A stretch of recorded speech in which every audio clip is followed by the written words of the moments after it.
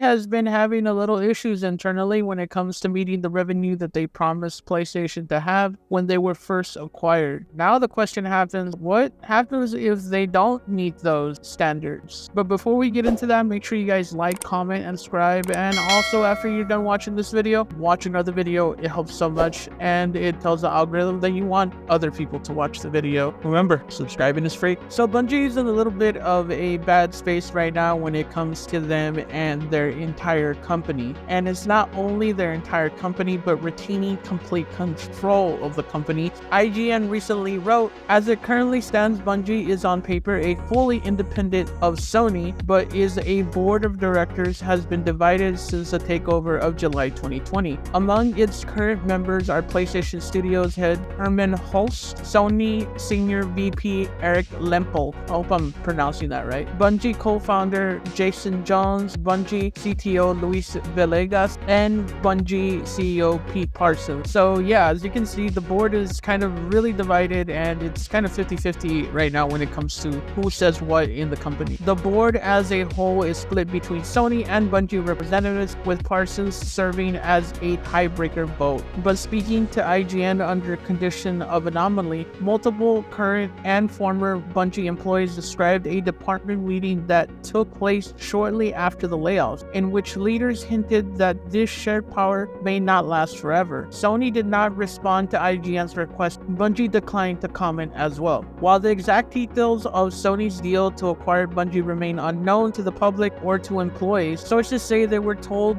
by leaders that the current split board structure is contingent on Bungie's meeting certain financial goals. If Bungie fell short of certain financial goals by too great an amount, Sony is allowed to dissolve the existing board and take full control of the company. And this comes after Bungie employees have been telling Bungie for the longest times now that they've lost touch with the fan base they've built, and what they need to do is get in better touch of that fan base and listen to the statistics that they're telling the leaders to do. But Bungie refuses to do so. In quote of one of the employees, "I'm angry, I'm upset. This isn't what I came here to do," one person says. "It feels like many of the higher-ups aren't listening to the data and are like, we just need to win our fans back. They still like us? No, they don't. We got rid of some of our most knowledgeable, beloved folk who have been here for the last 20 plus years. Every day I walk in afraid that I or my friends are net. No one is safe." And also a quote also came in that says, "Note, it was also a threat looming that Bungie leadership, not Sony, according to Parsons, made the choice to lay off roughly 100 employees." So not only is Bungie doing this because of the fact that they want to keep complete control of the company, but they signed an agreement knowing if they didn't hit certain financial levels of stability that the current management would be completely taken over by PlayStation, and the only people to blame are the management who signed this contract to be acquired or to be partners with PlayStation. And it gets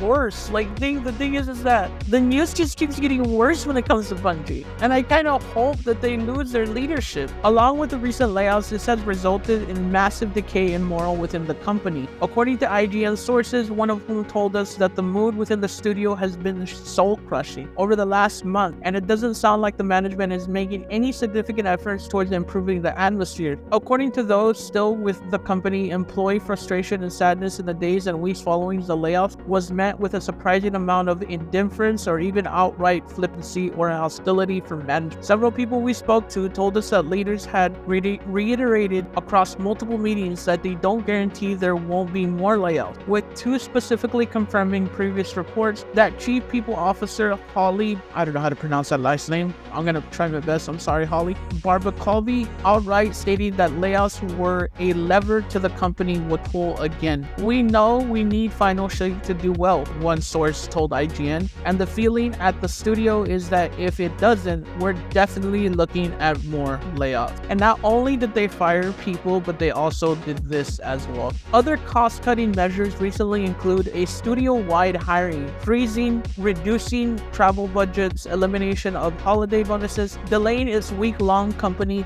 Panthelon, I don't know what the hell that is, but I'm guessing it's some kind of vacation, like a laid-back thing, and reducing numerous moral events such as cooking and knitting classes from monthly to quarterly. Bungie is also pausing or fully ending benefits like annual employee compensation adjustments to meet market rates, its new hire launch program, employee donation matching, its peer recognition program, and gift cards for employee birthdays. So all the good things that you used to get from Bungie, kiss that shit goodbye. I don't think I'm the only one, and I think a lot of Bungie fans will agree with me. The management that has been working with Bungie for the past 5 to 6 years needs to go. And if it means that PlayStation needs to take over completely in order to do that, it seems like that's the only way that this company will start treating not only its employees better, but putting out a game that's better for everybody that everybody wants to play from Destiny fans. It seems from what I hear from people that play this game is that 20% of the game is new with new add-ons and 80% is just recycled material from old games of Destiny expansions. Bungie has no one to blame but themselves. They have no one to blame, and their panic is probably for a good reason, because they're more than likely not going to make those quarterly demands. And I hope that Bungie fans keep not playing the game, because I think new management is needed and has been needed for a very long time. What do you guys think about Bungie? Do you think they're going to get taken over? Do you think it's necessary for them to get taken over? Do you think that they should meet their quarterly prices and the current management should stay there? Let me know what you think in the comment section. Also, make sure you watch another video if you can, and like and subscribe, of course. Remember, subscribing is completely free and I would greatly appreciate it. And remember, you are pretty good. Have a great night, guys.